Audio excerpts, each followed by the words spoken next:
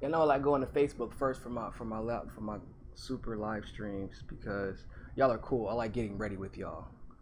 I like getting ready with y'all. Let's do some shout outs before we get started. I haven't done any shout outs this week. We'll do some shout outs. Hi, Suzanne. What's up, Steve? Hey, Jordy.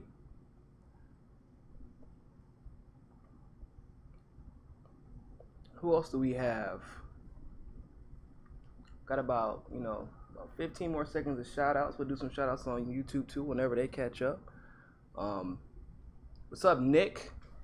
Thank you very much. Thank you very much. Thank you very much. Thank you for sharing the video. I appreciate it. What do we have? Lori, what's going on? What's going on? I see Moose Gal on YouTube. Moose. Brett, I know you did not just spell my name wrong. Carla, I am very relaxed tonight, actually, for a lot of reasons. It's a lot of good things going on in my life. Stress as hell, but like it's a good type of stress. It's a controlled stress, if you will. But who else we have? I see Grin Chakra on YouTube. Do a few more. Angelia, I probably spelled that wrong. Angelia or Angelea. What's going on? And I think that's it. I think we're gonna go ahead and get started. Let me just share this really fast so people know what's going on. Oh, why didn't y'all tell me my YouTube title was all wrong? Y'all got me looking crazy. You're like, what? Didn't you talk about this earlier?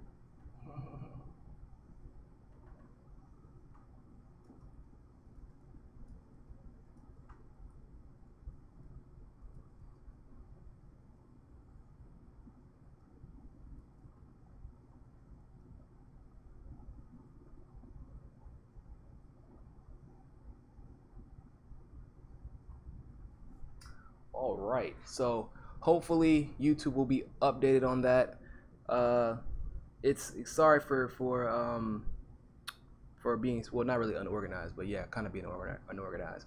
Normally I'm not this unorganized, but I had to take an important phone call like literally right before the live stream.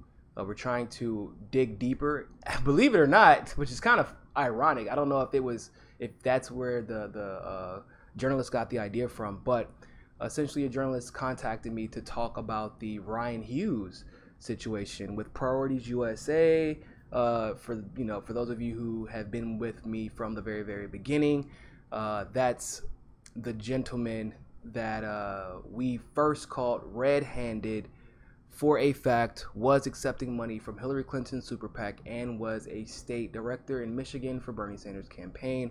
And then he was actually called out in Pennsylvania by one of my favorite political activist hotheads. I ain't gonna call his name out, but he knows who he is.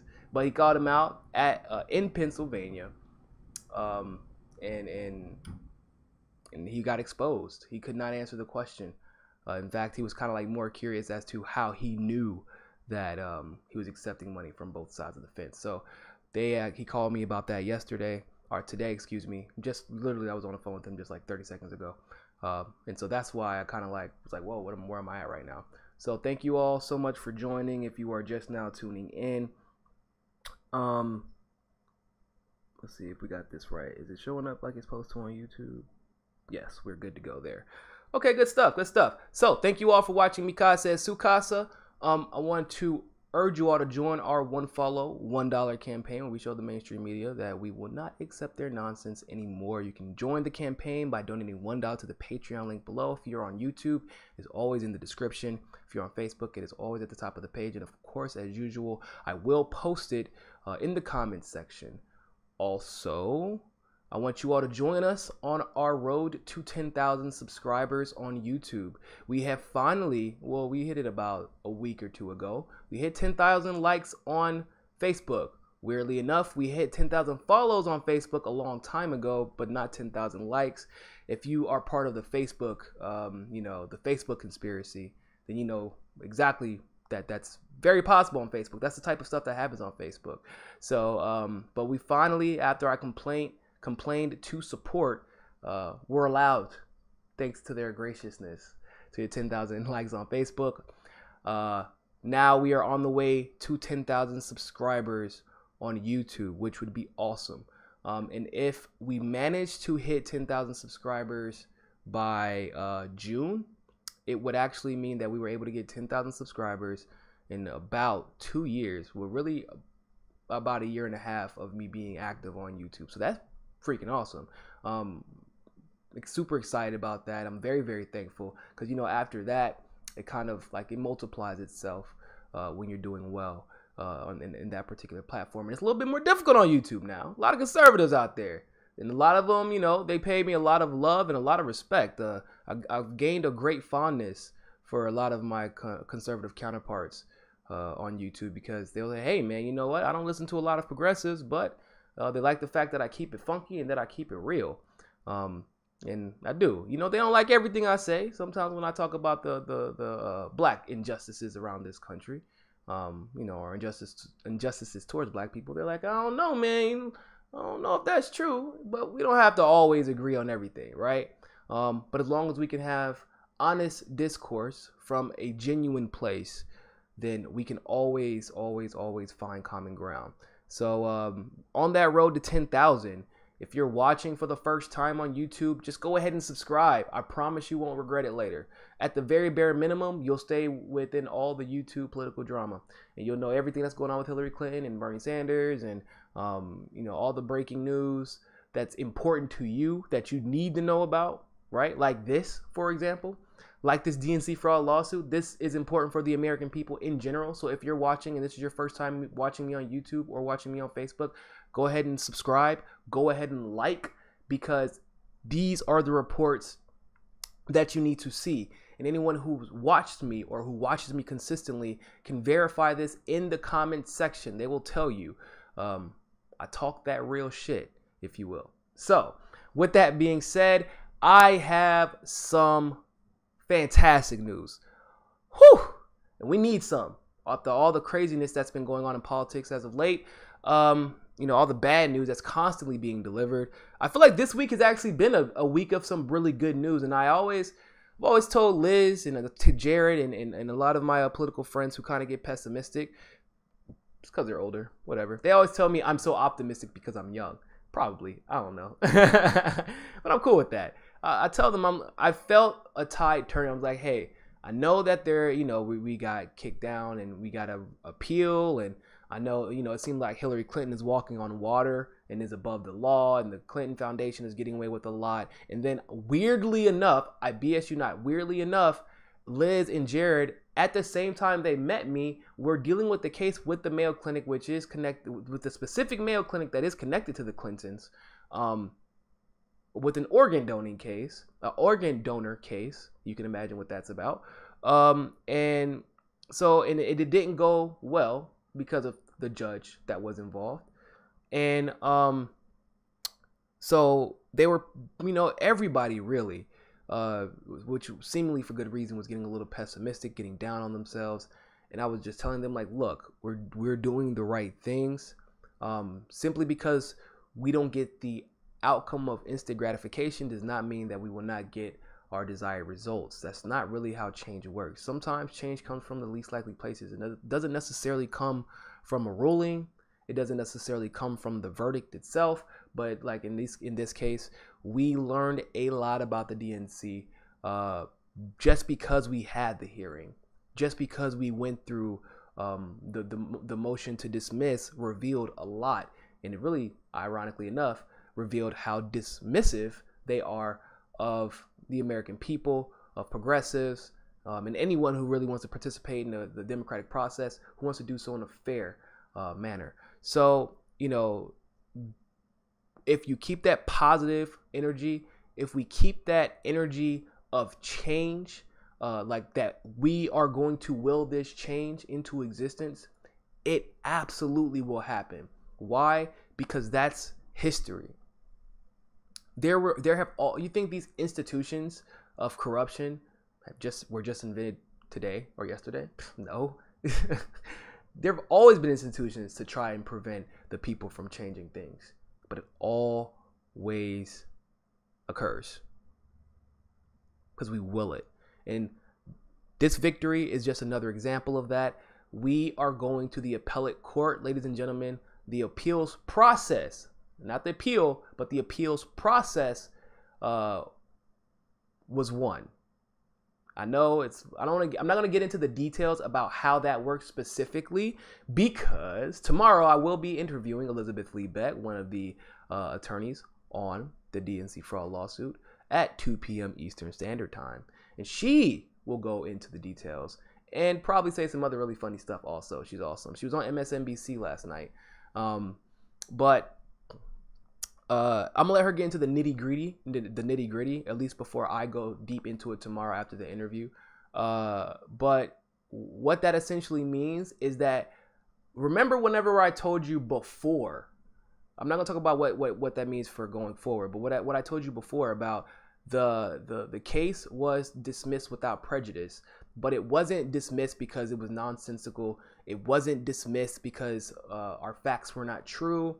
There were some jurisdictional issues due to the language that was used in a couple of situations, and due to the broadness and the general broadness of the classes. They wanted more class distinction, and they were actually relatively easy fixes. They're not easy fixes, but they're relatively easy fixes because Jared and Liz are very good at what they do, and so is Cullen. So because when the case got dismissed, oh no, the neoliberals were just, yeah, we told you your stupid case wasn't good enough. We told you, blah, blah, blah, blah, blah, blah. And weirdly enough, not weirdly enough, it always happens. So they took the case being dismissed and just ran with it. Not only did the neoliberals and the trolls on Twitter and Facebook, but they ran with it in actual media, like in CNN and MSNBC. They actually were convinced that the case was dismissed permanently, like the case was never going to be brought back up, like we were just going to quit the process. No, that's not what we do.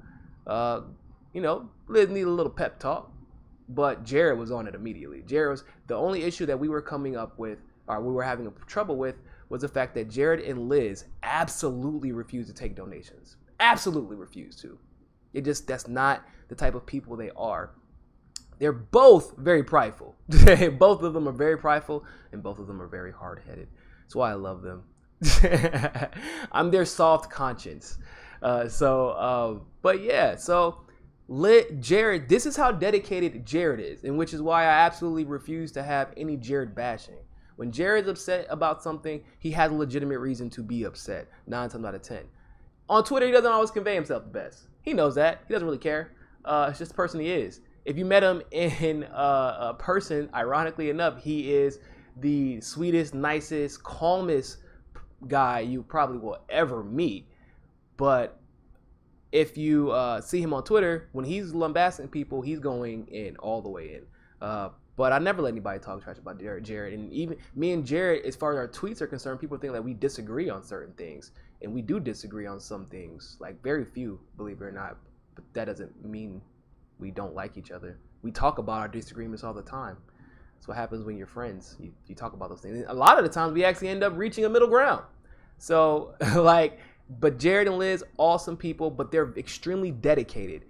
Because instead of raising money by just asking for donations, Jared spent his life away in a cave to write this book and to sell it on Amazon.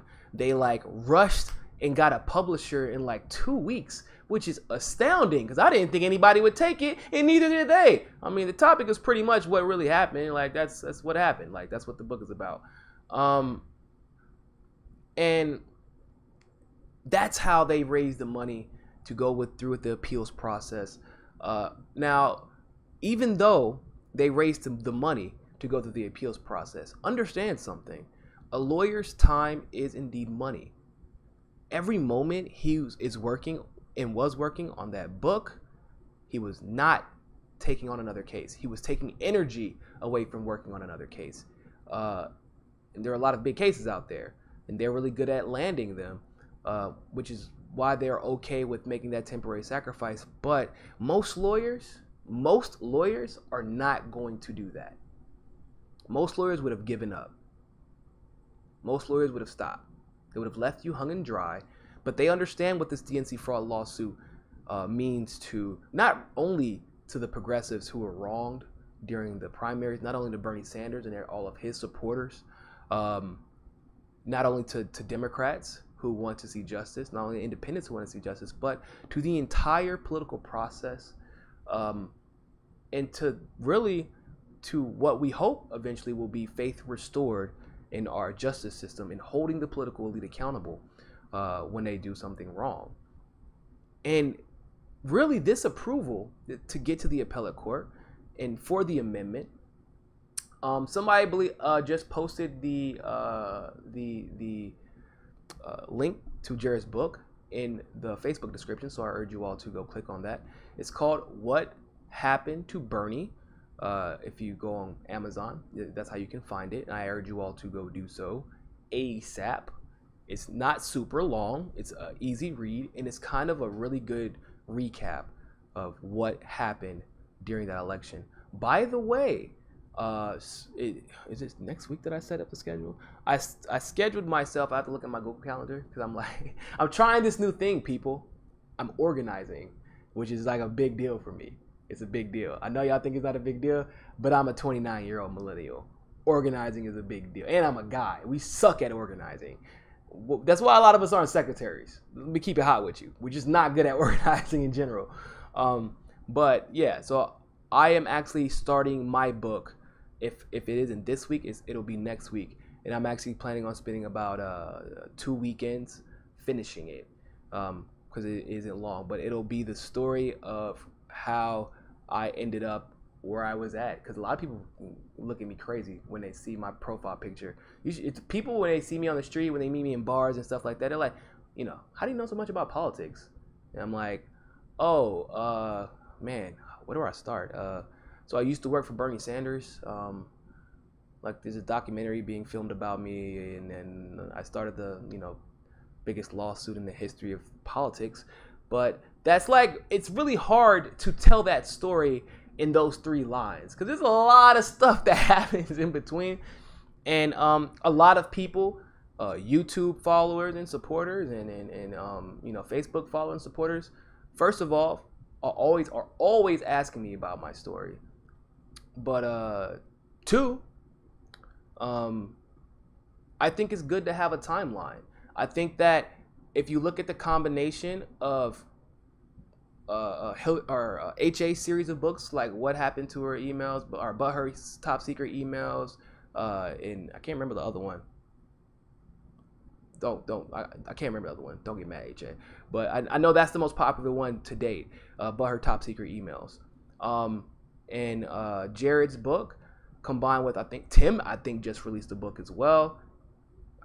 I think he did, like literally like a few days ago, if I'm not mistaken. And then my timeline, because of that entire scenario really leading me to meet Tim, because that actually ties a lot into how Tim found out what was going on with Bernie Sanders, was because he had me on his show. And Tim Black's show was the first show that I ever went on.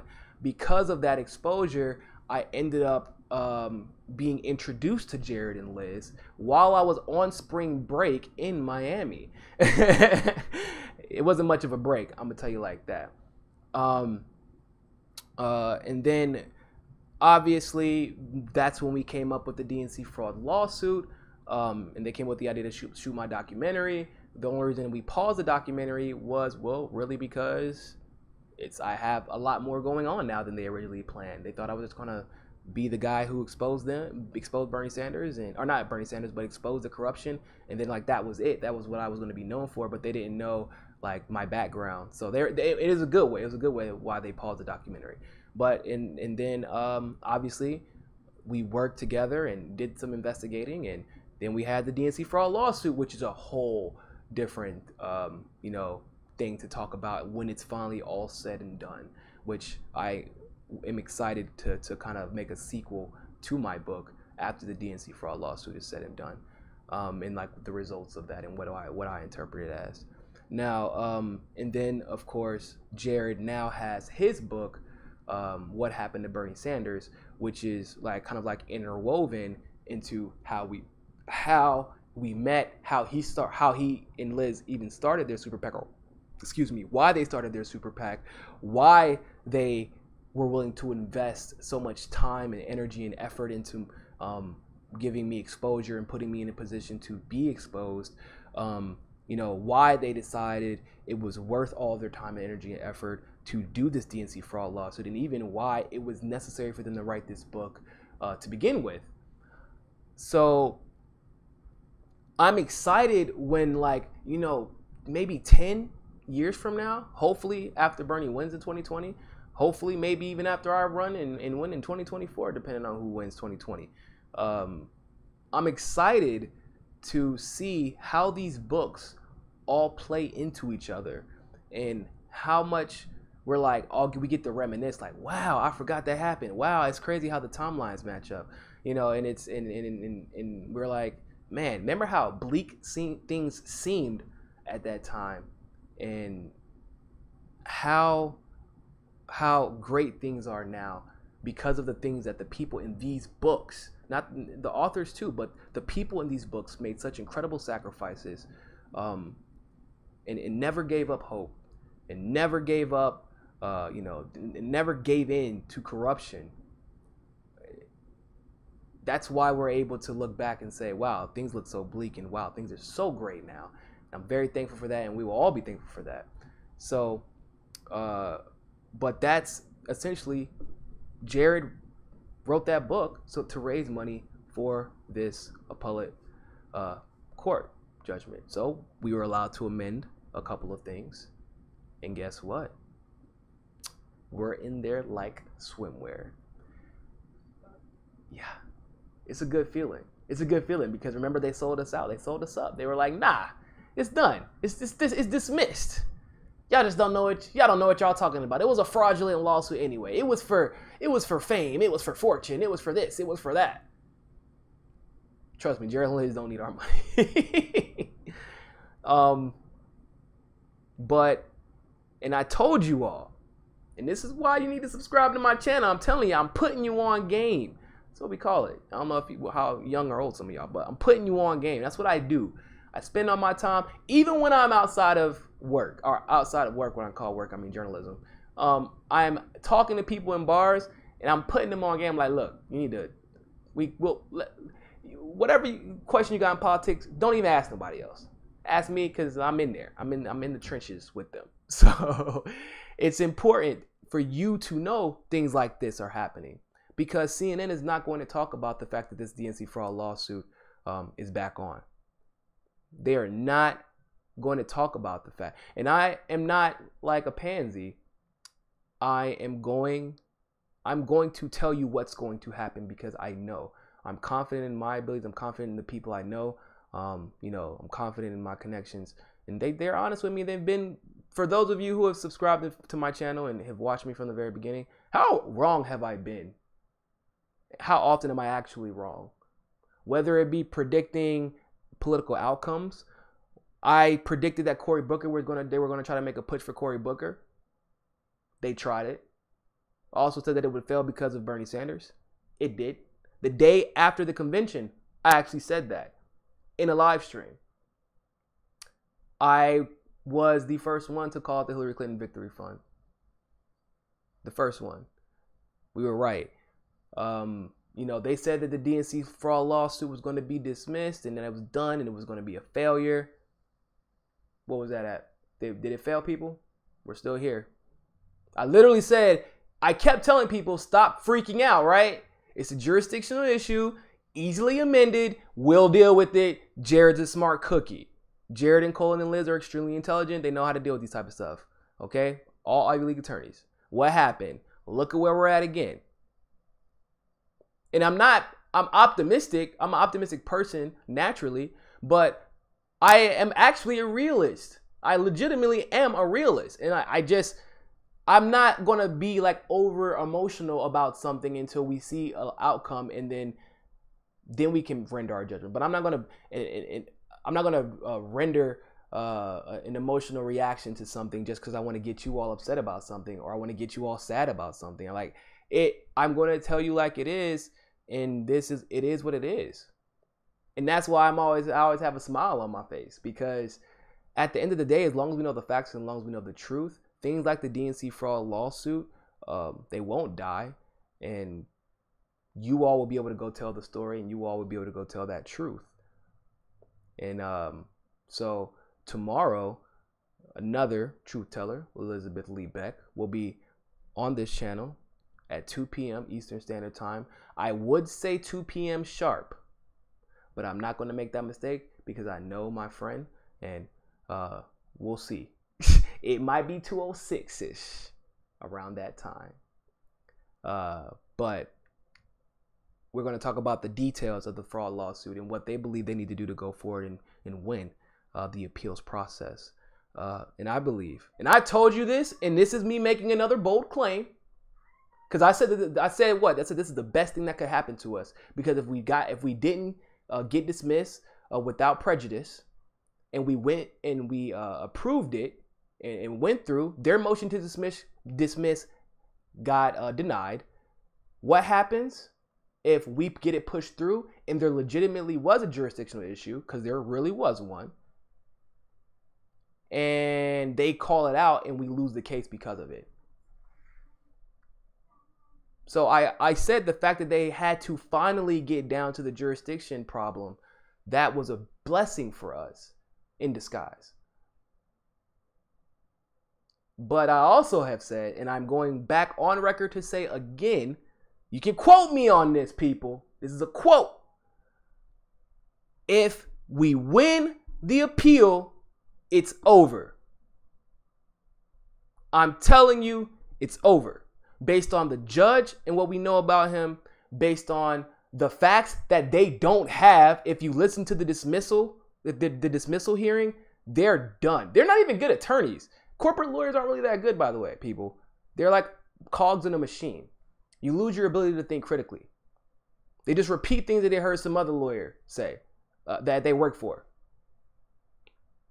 They weren't that good. If you read the transcripts, you're like, what the hell kind of arguments are these? It's like arguments that an angry 6-year-old makes when he stole someone's candy and he's trying to justify it. Our arguments, extremely sound. Our proof, unbeatable. And think about this. We're still in, which once again, why it was another blessing in disguise. What has happened since the appeals or the dismissal? We had Donna Brazile come out, say that Bernie Sanders was cheated. We had the Hillary Victory Fund information come out, and now there are letters posted saying that Hillary Clinton signed the agreement to favor her. We've had, spoiler alert for my next video after this one, an official letter written by the FEC against Hillary Clinton's campaign. Ooh. That's a federal elections committee, not the local elections committee, the federal election committee. We're going to talk about that in a little bit. So all of these revelations have come out since the dismissal. We had enough proof at that point. But now Donna Brazile opened her big ass mouth. She got to testify. Testify. She got to testify. Go ahead, because you know Donna Brazile love her some Jesus. I'm a good Christian, y'all. Would never do anything like that to hurt Bernie Sanders. Bernie Sanders is my friend. Nah, homie, you better go up there and tell it. You better go up there and tell it. We about to call everybody. We calling everybody. Hillary Clinton gonna have to get her ass up off of her little seat and go in front of that judge. Everybody. Donna Brazile, Debbie Wasserman Schultz.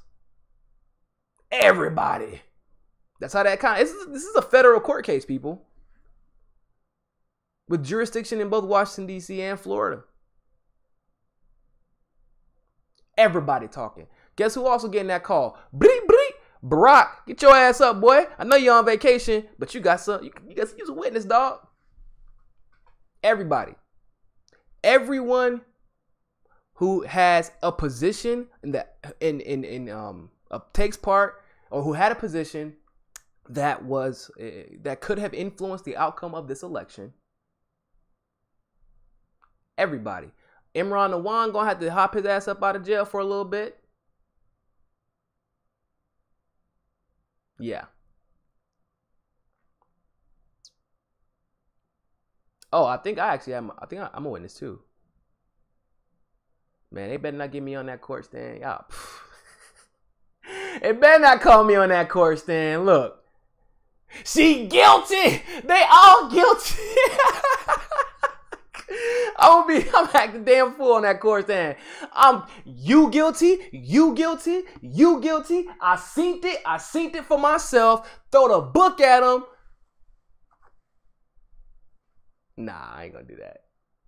But yeah, nah. So if you actually, whenever they do the hearings, Elizabeth, somebody in Facebook asked if they could go and sit in court, and yes, it's an open case. The hearings were all public. The last one, that's how everyone found out so quickly about the whole the DNC, the Democratic Party, can sit behind a back room with cigars and choose their candidate that way. By the way, that's their main argument. Their main argument is that actually that they didn't like choose someone, like they didn't choose Hillary over Bernie, which clearly they couldn't even argue that they didn't.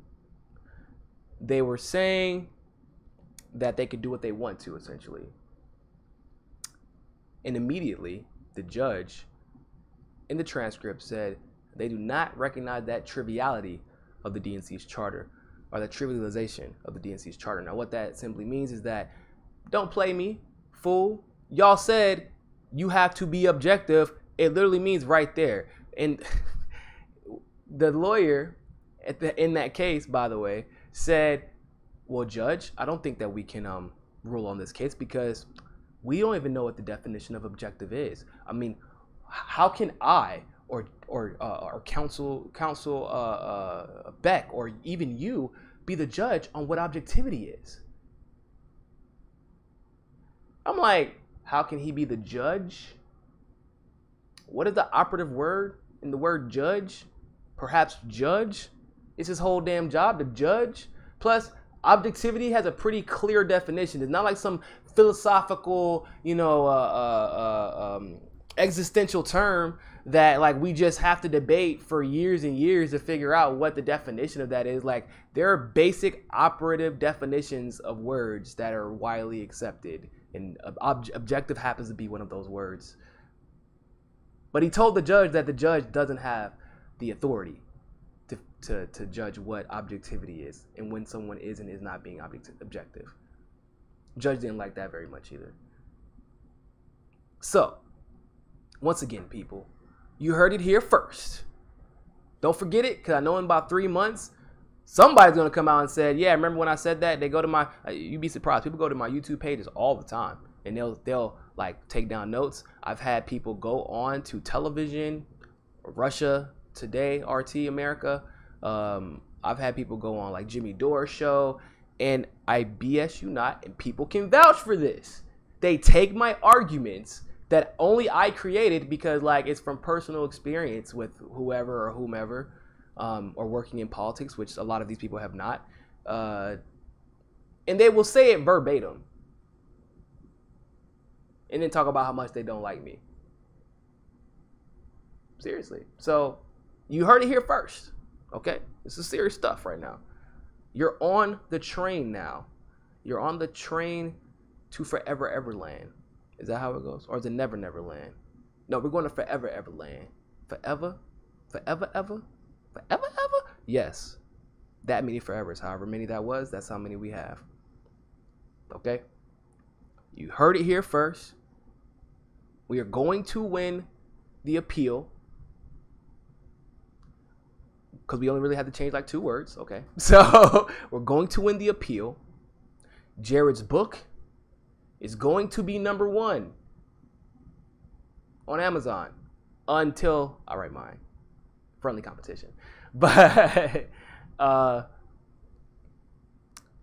I urge you all, go to that link and the Amazon. It's called What Happened to Bernie. Seriously, go to it, buy that book.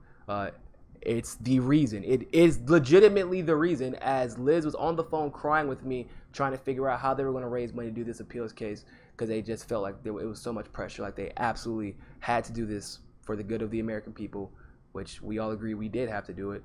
You know, that book is the reason why we have hope. Period. So I can't thank Jared enough. I can't thank Liz enough.